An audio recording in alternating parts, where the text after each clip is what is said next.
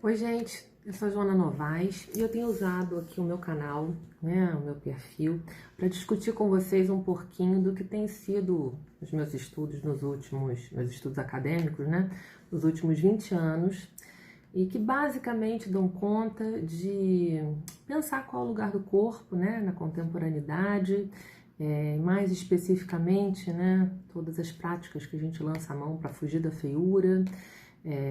Pensar também o corpo como uma das fontes primordiais de mal-estar, mas também de investimento.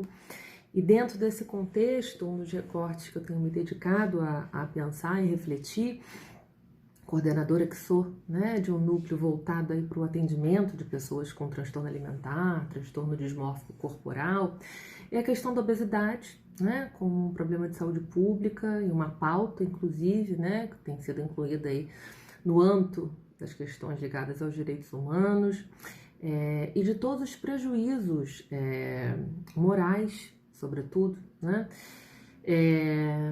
que o discurso da lipofobia, ou seja, o discurso do horror à gordura, tem provocado, né, uma insatisfação, uma relação persecutória, de muito pouca generosidade, né, do sujeito contemporâneo com o próprio corpo. E bom, eu tenho trazido um pouco dessa minha experiência nas lives de quinta, né, que muitos de vocês já devem ter assistido, né, intitulada Com Que Corpo Eu Vou, todas as quintas, às 8 horas, com Edu da Tijuca. E aí eu busco trazer um pouquinho, né, desse compartilhamento, fazer um contraponto, uma fala um pouco mais técnica, enquanto Edu compartilha com vocês muito da vivência dele, em tom confessional, e com muita sensibilidade, muito humor, muita criatividade. Enfim, mas hoje eu tô fazendo esse vídeo para trazer uma forma, ou pelo menos inaugurar aqui uma forma que eu até então não tinha estabelecido de comunicação com vocês. Eu queria ler um fragmento de um dos meus artigos presente na minha última coletânea, que é essa aqui, O que Pode um Corpo? Diálogos Interdisciplinares. E esse fragmento que eu escolhi para ler aqui para vocês, que na verdade é também um compartilhamento e igualmente uma provocação para a gente pensar no tipo de vivência, uma reflexão teórica, mas também onde eu me permiti lançar a mão, né, do que a gente chama de licença poética, para compartilhar com vocês vivências transcritas, né, de tudo que eu escuto em mais de 20 anos no meu consultório, né, não só na clínica social da PUC, o Núcleo de Danças da Beleza, mas no meu consultório particular também. O que me contam esses pacientes obesos e obesas, e que de alguma maneira eu compilei aqui nesse artigo, que faz parte, como eu disse, né, da minha última coletânea, e ele é intitulado, eu até já, inclusive, outro dia, dei notícias dele, né, nesse canal. Ele é intitulado Abundância no Deserto, Notas sobre Obesidade Feminina e Devastação.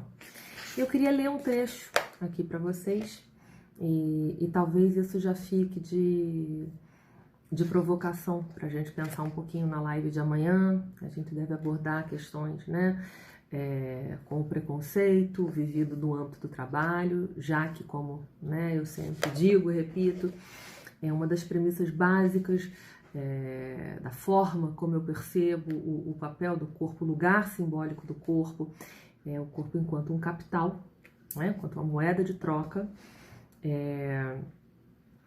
E em outras lives a gente trabalhou também essa questão do estigma social e dos prejuízos psicológicos, né, nefastos na vida do sujeito, em vários âmbitos da vida associativa desse sujeito, né? Então, no âmbito familiar, no âmbito das sociabilidades em geral. Amanhã a gente pretende, né, cotejar um pouquinho a questão do como é que é essa vivência, da criminalização da gordura no âmbito do trabalho. Mas hoje, repito, eu queria ler esse fragmento chamado Obesidade, eu nomeei, né, de obesidade como espólio corporal, vivências transcritas. E ele diz mais ou menos assim, né, esse trecho aqui da minha reflexão. Manuel Bandeira estava correto ao afirmar em A Cinza das Horas, seu livro de estreia, que poesia escrevemos com sangue, pelas vísceras que precipitam nos versos, acrescentamos nós. Partilho do sentimento do poeta, do qual, em tom fúnebre, descrevia ocioso a sua doença através do simbolismo parnasiano. Eu também estou de luto, dizem-me as minhas pacientes. Um luto feliz, ainda assim a despedida. Despedem-se de um corpo que jamais entenderam como o seu. Se gordura equivale a excesso, gordos são a sobra e obesidade é marginalidade social. Amor e Restos Humanos já anunciava o título de um certo filme sobre a devastação psíquica gerada em determinados sujeitos, cuja demanda amorosa não era correspondida. Dito isso, indago-me sobre o que resta de um processo de emagrecimento. Se por um lado, ao sepultamento contínuo de um corpo, evanescente, um corpo, que esses sujeitos que me pedem ajuda reportam como um corpo que vai derretendo, cuja gordura vai derretendo, sensação assim, quase como se fosse de um corpo alienígena, e de muito pouca apropriação do sujeito. Por outro, fica a pergunta de para onde será deslocado o ideal de amor reclamado. Então, por um lado, um sepultamento contínuo de um corpo evanescente que esses sujeitos não sentem como seu, e, por outro lado, um ideal de amor reclamado. Sabemos por ora que da matemática pulsional todo ato se pretende uma divisão sem restos. Afasto de mim o que não reconheço, expurgo vulcânico do conteúdo recalcado.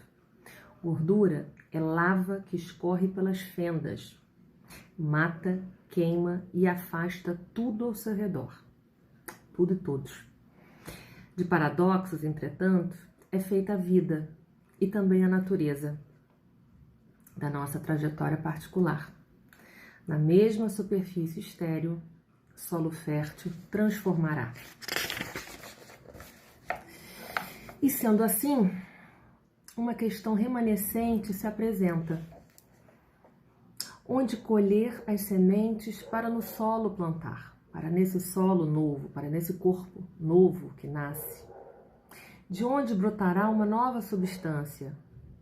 Quando e como será possível renascer das cinzas anunciadas no poema de Bandeira? É sobre isso que falam os meus pacientes. Falo do que ouvi, falo do que me afetou ao escutar sobrevivências de um sequestro identitário. Falo do estranho que me relatam crescer até tomar-lhes por completo. Falo do que cala mais fundo, do recôndito de onde sequer é sabido poder habitar e chegar. Falo também da sarjeta e do impulso dos que de lá se levantam. Falo dos que se perdem no sumidouro do espelho e também dos que dele se escondem. Falo dos recolhidos, falo dos estilhaçados, falo dos cacos que imagens voltam a formar. Falo do refúgio de um agente rebutalho. Falo daqueles que os olhares impiedosos insistem em criminalizar. Falo do resto obscuro que existe em todos nós. Escuto sobre os destroços que roubam nossa humanidade e também da dor mais aguda e pungente. Ouço a sabedoria que surge na miséria humana. Constato o renascimento que vem da coragem e do amor. Vejo o invisível. Enunciam os meus pacientes o indizível. Evocam o que é impossível silenciar, pois esse corpo fala. Constato o grito embargado no sonho quando clamamos acordar. Falo de um corpo pesadelo. Relatam o pesadelo acordado que parece jamais findar. Registro dos que só querem dormir e mastigar. Denunciam o descrédito nos olhares alheios. Apontam um olhar de suspeita. afirma desfeita de não ter lugar. Reconheço a feiura da qual não é possível mencionar. Escuto sobre a beleza sem formas para marcar. Escrevo sobre algo sem registro ou representação. Penso em evitação. Identifico a devastação. Vislumbro como seria a abundância no deserto, quando nada mais é possível tirar.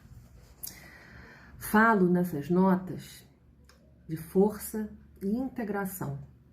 Palavra, integridade, compaixão. Falo de obesidade. Contam-me de um monstro disforme e sorrateiro, que lhes rouba a dignidade. Falam da inexistência de algo monumental e do espólio de um sentido fundamental. Dizem-me acerca de um mal atual e referem a quem tudo devora e também de uma divisão sem restos. Anunciam o que não há mais para partilhar. Representam gente sem geografia particular. Surgem sem eira nem beira no meu consultório, me pedem ajuda e me pedem ajuda sem qualquer explicação. Silenciam porque precisam, falam para poder respirar. Delato para não calar aqui no meu relato o excesso que pode matar. Relato para restituir a inteireza do que já não está mais lá. Mas afinal, o que desvela o emagrecer?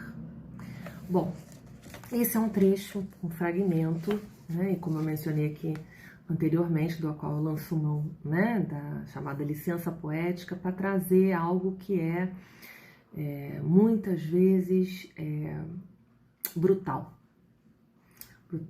catártico, e que eu precisei organizar, recolher, reordenar ao longo desses mais de 20 anos de atendimento desses pacientes que eu gosto de chamar com transtorno da oralidade. Penso também que talvez seja essa mais uma forma de compartilhar com vocês um pouco dessa vivência que vem esposada, né, com algumas reflexões teóricas. Bom, é isso por hoje. Amanhã a gente continua essa reflexão com outro tom, mas sem interromper a nossa conversa, amanhã na live de quinta.